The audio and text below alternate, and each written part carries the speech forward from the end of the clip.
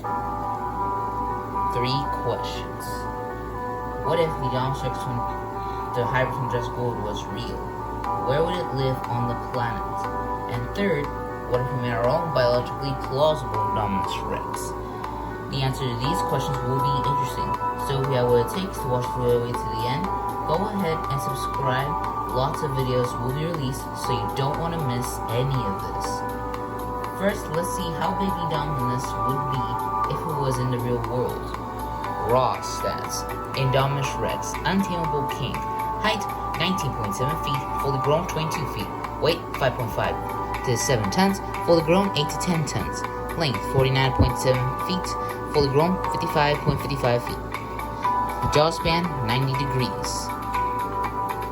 Okay, now that we uncovered how big the Indominus Rex was and how big it can get, can an Indominus Rex be real if it was this fully grown? Possibly. This is how big a fully grown Indominus Rex will be compared to Sue, a accurate Tyrannosaurus Rex.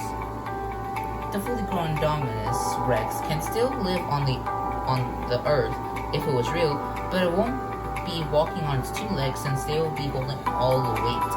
And the Indom will also need to worry about balancing on two legs with a much higher posture than any other theropod and carrying 10 tons of weight. This is the same problem with the Doomsday Rex. So what should we do? To solve this problem, the Indominus Rex will adapt to walk on its four limbs similar to a hadrosaur, since bipeds carry more weight than quadrupeds. So this will likely be good news for the Indominus Rex.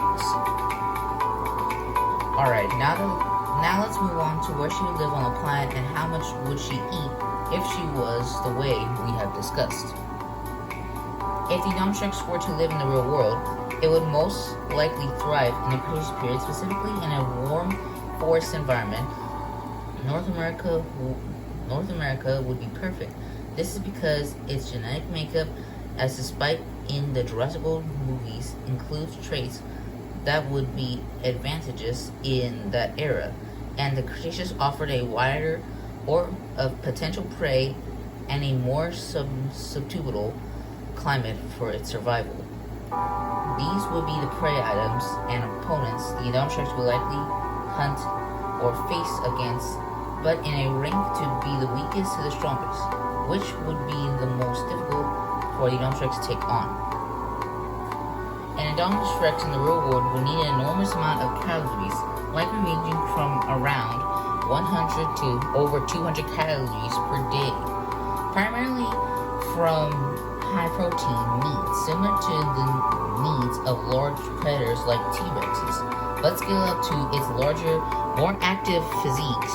This would equate to consume hundreds of pounds of meat daily, or a more significant portion of a large animal, perhaps similar to 80 people daily intake. But for a much larger and possibly more active creature, this might be a problem for the Indominus Rex. So, larger size for theropods and paired with more bulk would mean you'll be slower, might have a more powerful bite, and you'll be less agile. So the creatures that the Indominus Rex would likely hunt will be the Ankylosaurus and the Alamosaurus. The creatures that will be able to bring this dinosaur down will be one Alamosaurus, a family of Tyrannosaurus Rexes, and a large pack of Dakotaraptors.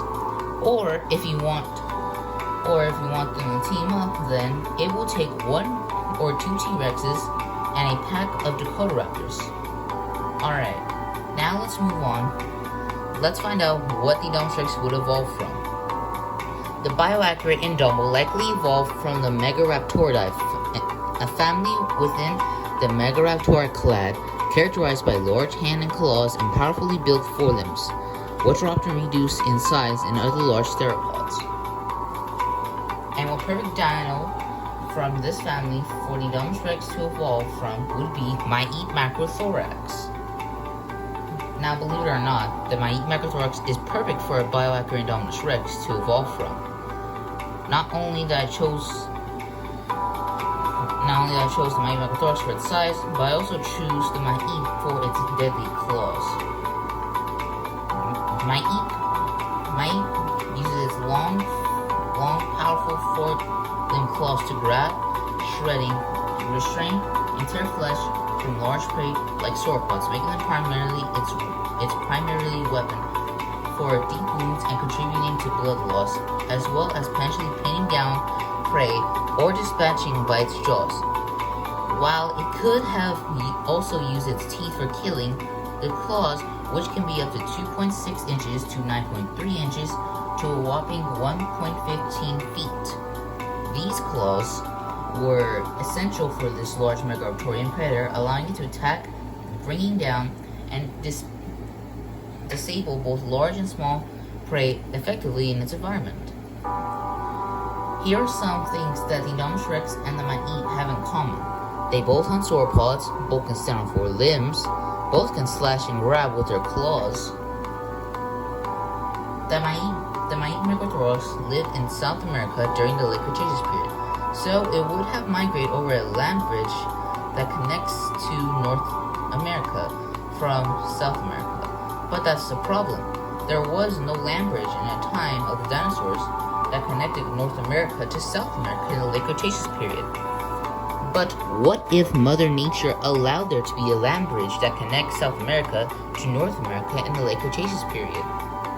If Mother Nature did let this happen, the Ma'it Macrothorax would adapt and move to North America and ate larger prey like Triceratops, Edmontosaurus, Ankylosaurus, Pachycephalosaurus, and even small or weakened Allosaurus using their claws, size, and numbers to their advantage.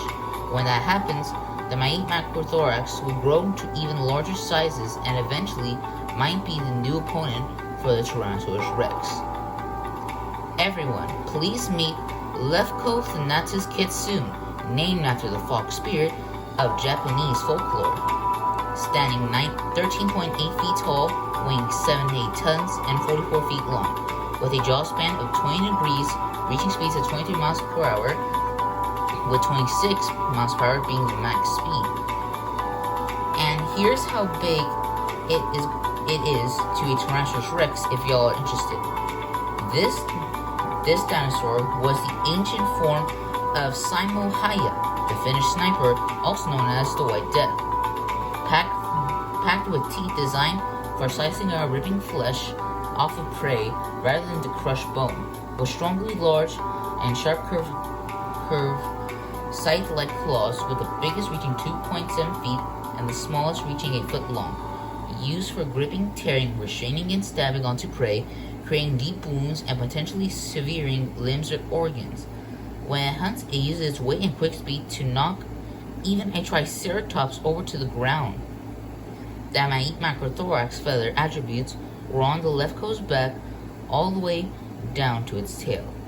But through North America, something big was waiting for the species to see who is the true apex predator, another opponent of gargantuan proportions.